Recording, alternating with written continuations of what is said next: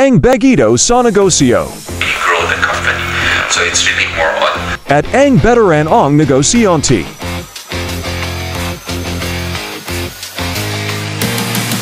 Magsasen Ibpuersa. To give what they need and what they want.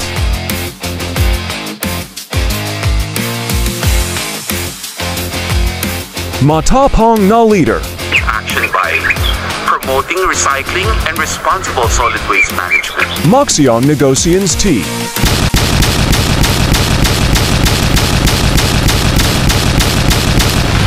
Ninong TV proudly presents another action off learning the businesses of the King of Philippine Business.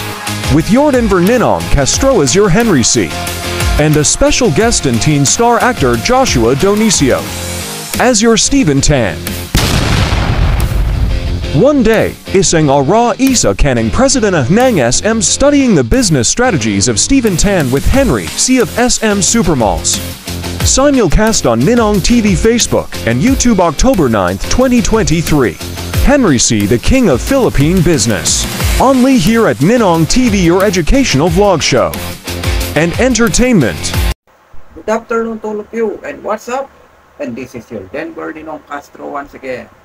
Welcome to Ninong TV, your live watching from Facebook and YouTube subscriber, and also in TikTok and Instagram. So thank you for our new subscribers and followers who is trusting Ninong TV for through the years. Oh, years talaga. Kasi yung pinakakabuan na na-discover si Ninong TV yung 2020, and then 2022, 2023, and dun pa lang umusbong ang kanyang mga other social media platform. And the title of our blog for today is very special. This is another action of learning your Henry C's businesses and activities to serve the people and its economy. At lalong-lalo na perfect itong video blog na ito para sa mga nangangarap mag-business or nangangarap mag-serve sa isang kumpanya, lalong-lalo na kung ikaw ay fresh graduate, bagito, baguhan sa isang offices or any matters. Dahil ang pag-aaralan natin ngayon ay isang simpleng tao na nangarap lang maging leader ng SM na hindi niya inakala ay siya na ang presidente ng SM. Diba? Pero syempre ako pa rin ang may-ari, or in other words, si Tito Henry niyo. Kaya talaga, hindi mapapalitan ng Tito Henry niyo. Nagkaroon lang sila ng presidente para mag-manage or tumulong or tulungan ng si family kung ano yung mga dapat gawin sa properties na anong meron si SM. Kasi ang Tito Henry niyo talagang kabugera. 100 plus eh. 100 plus ang property. So, kailangan natin ng isang kuya na pwedeng tumulong sa atin para ma-survive natin ang ating mga panauhin. At ang title ng ating vlog for today is One Day Isang Araw. Isa ka ng presidente ng SM. Okay. So, lahat naman pinapangarap maging president, maging leader, maging president sa school, presidente ng Pilipinas. Pero can you imagine, gusto mo rin ba or pinangarap mo rin bang maging leader sa SM Supermalls? O, di ba? Ang laking karangalan yan pag naging leader ka sa SM. Kung ikaw ay maging leader ng OIC, o di ba? Ikaw ang leader ng mga guard sa SM, o di ba? Or ikaw ang leader ng mga manager or isa ka sa mga boss or manager ng SM. Kung ano mang SM dyan. SM Bacoor, SM Legazpi, kung saan ka man naroroon, ikaw yung manager sa SM na yan. O, di ba? Isa ka ng leader. So, yan ang ating topic ngayon. Being a leader is one of our dreams. Diba? So, paano nga ba naging leader si Stephen Tan? At yan ngayon ang pag-aaralan natin, studying the business strategies of Stephen Tan with Henry C. of SM Supermalls. Okay. So, talaga madidiscover natin, sino ba si Stephen Tan? At ano nga ba ang kanyang naging pangalan sa industriya ng SM Supermalls? Okay, Stephen Tan SM Prime Holdings Incorporated has appointed Stephen T. Tan as the new president of its small management unit, currently head of Panamax at Ocean Tankers, president of Shopping Center Management at SM Prime Holdings. Oh, kita nyo. Hindi lang pala siya presidente ng SM. Meron din siyang ibang businesses na minamanage dito, yung Panamax at Ocean Tankers. Uy, may patubig din pala to si Stephen Tan. Okay, for this episode, we will discover how Stephen Tan works at paano nga ba siya na-discover ng Tito Henry niya na maging katulong niya or maging partner niya ba kung tawagin sa pagmamanage ng SM Supermall. Malalaman natin yan. And for this one, no, naibasa ko na sa inyo ang ibig sabihin ni Stephen Tan or yung kanyang introduction. Well, I just wanted to share to you, we will have a special guest here in the vlog. At yan ay ang ating idol at idol din ng ninyo is a former celebrity in GMA at nag-guest rin, I think, sa mga ibang ABS-CBN shows until TV5, and then today nasa UNTV na siya. Dati siyang teen star at talagang crush na crush ng bayan at dati ring crush ni ano to, pinapanood nyo lagi sa Maging Sino Ka Man si Barbie Fortesa. But anyway, that is the past work with Mr. Joshua Donicio. Siya po ang ating magiging special guest na gaganap bilang Stephen Tan at pagbibigay sa atin ng business lesson. Okay, so you will check it out, Joshua Donicio, to be role as Stephen Tan and to discover Stephen Tan's services and businesses. Grow the company. So it's really more on the growth, the expansion, the redevelopment, and the image that, you know, SM Supermalls is delivering to the public. I've thought of a lot of things, especially the growth of the company in the next 5 to 10 years. So they left and right, but is there a threat of that? Are you worried at least in the longer run, or are you as bullish as ever? We are as bullish as ever. We opened, as a matter, 4 malls this year. Last year we opened 3 malls. Last year we were in the middle of the pandemic, yet we opened 3 malls. And this year we opened 4 malls. Next year we project to open another 4 and 5 by 2024 and 6 by 2025. So I'm not so sure if it applies here in the Philippines, but we are seeing the numbers are very, very encouraging. We opened Tugigaraw 2 weeks ago, and you know, we have never opened that strong, even in the past 5 years. Well, you know, Stephen, whenever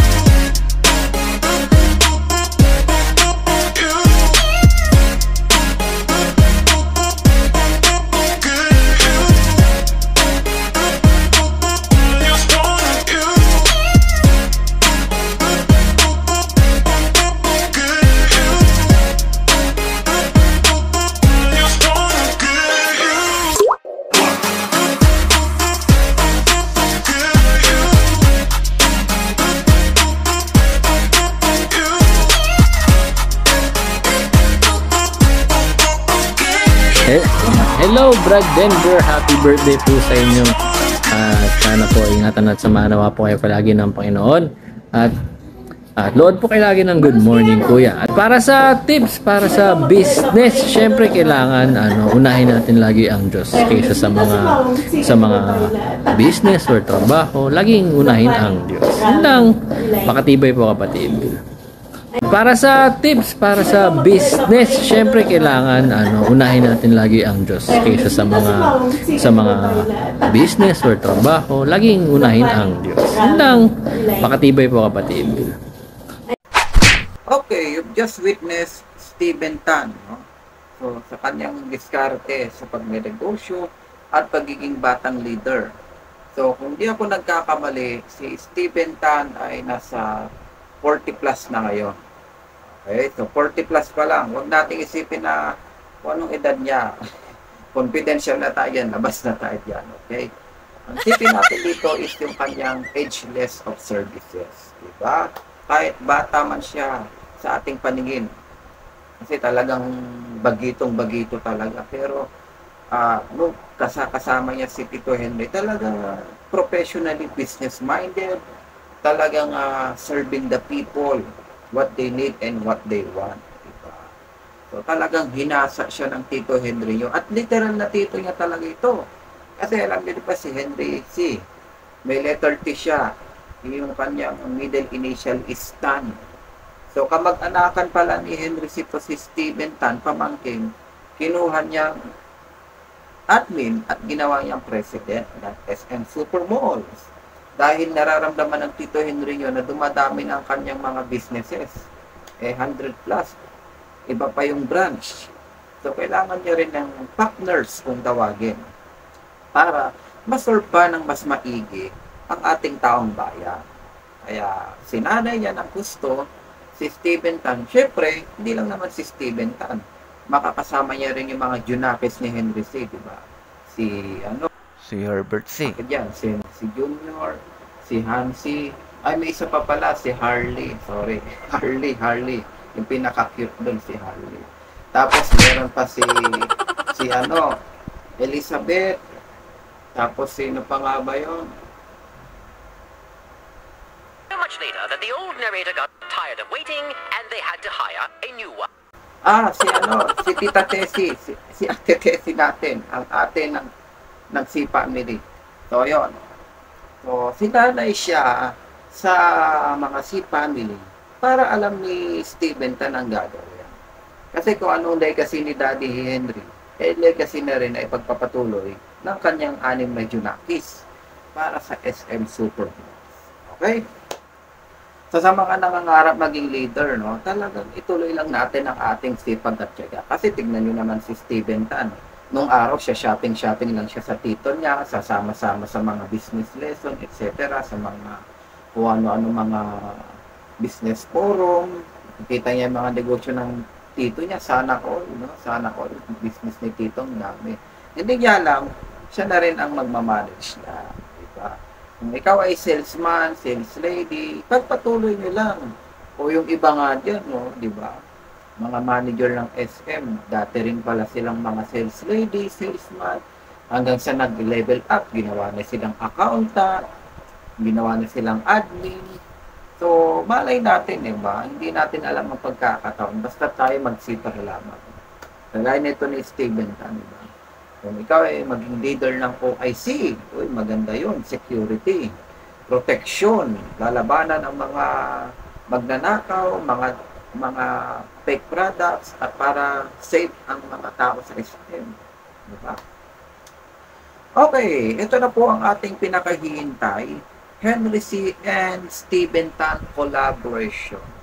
How they do the business and how they serve the people on their creation. Pag minsan si Steven Tan nandito, pag minsan si Henry C. nandito. So, how they work reunited. Pagkasama niya yung kanyang mga anak. So, you will check it out with your Lino.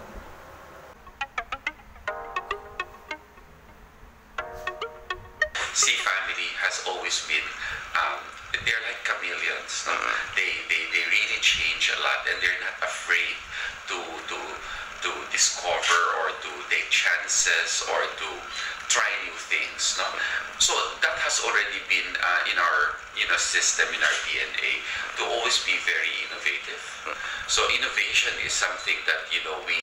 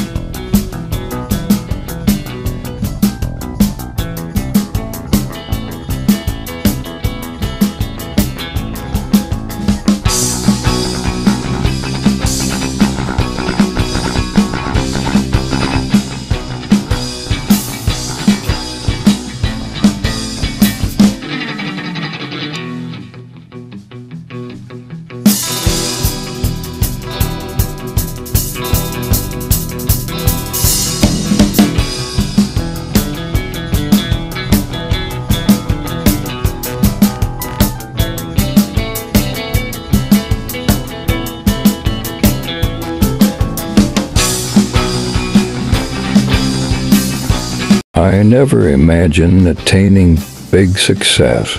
Whatever I have achieved did not happen overnight ever since my teen years. I have devoted many years of my life non-stop studying diligent work and dreaming of a better future. From your Henry C. giving you the action of learning business. On leadership managing, now it's your turn, Stephen Tan, my SN nephew president. Thank you, Uncle Henry, for the leadership lesson. Now you have to enjoy what you're doing, find the enjoyment, find that joy in every job or in everything that you do. From your Stephen Tan giving you my idea in how to manage the business and being your leader and entrepreneur.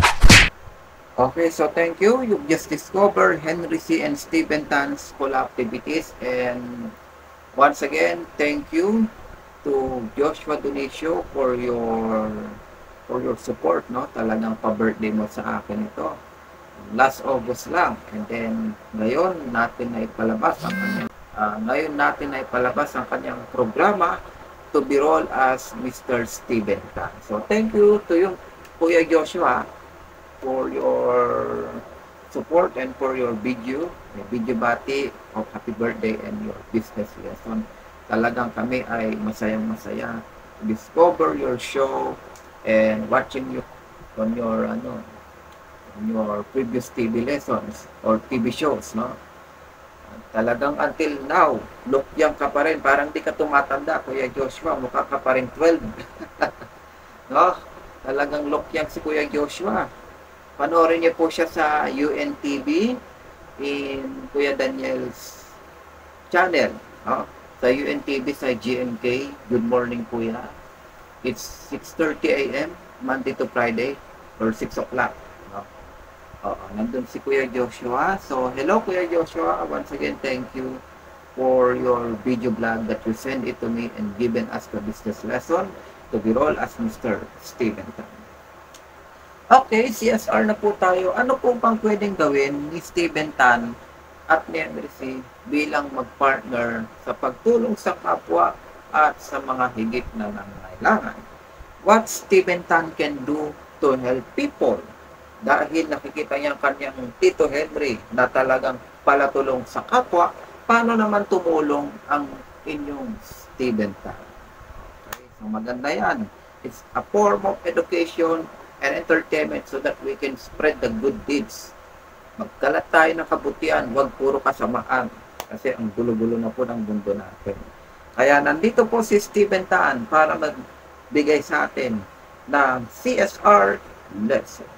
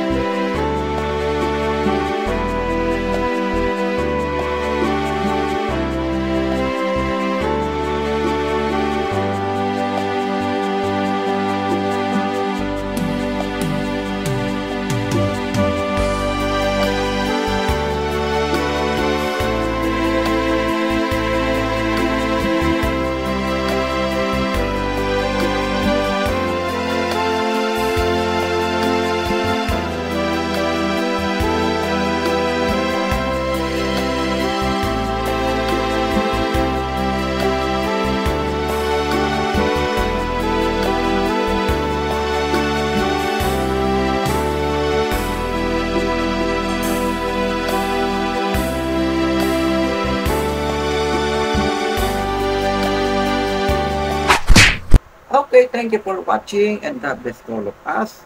Maraming salamat sa mga nanonood ng ating vlog. One day, isang araw, isa ka ng presidente ng SM. Studying the business strategies of Steven Tan with Henry C.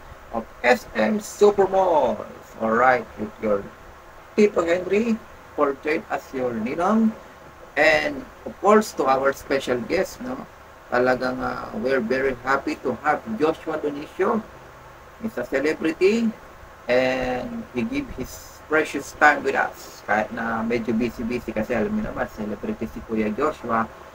But still, nagbigay siya ng time to educate us. So, maraming salamat po. And of course, pabati na rin kay Kuya Daniel. Hello, Kuya Daniel Rason of UNTV. Someday, ma-meet ko rin ko. Actually, na-meet ko na rin siya nung bata ako 2 times. Doon sa kanyang sa Pampanga, yung La Verdad, yung pinaka main station ng dating daan. 2 times ko na siyang nakita. And then, sana mag-meet ko ulit. Magawa kami ng vlog. No? Okay, so thank you. At dito po nagtatapos ang ating programa. Like, comment, and share. And subscribe. Ninong TV, Facebook, YouTube, Instagram, TikTok. Thank you po. And buy this video vlog for only 150 pesos and screen record it from first light to the last light, 80 pesos. I-chat niyo po kung paano siya gawin. Thank you. Thank you.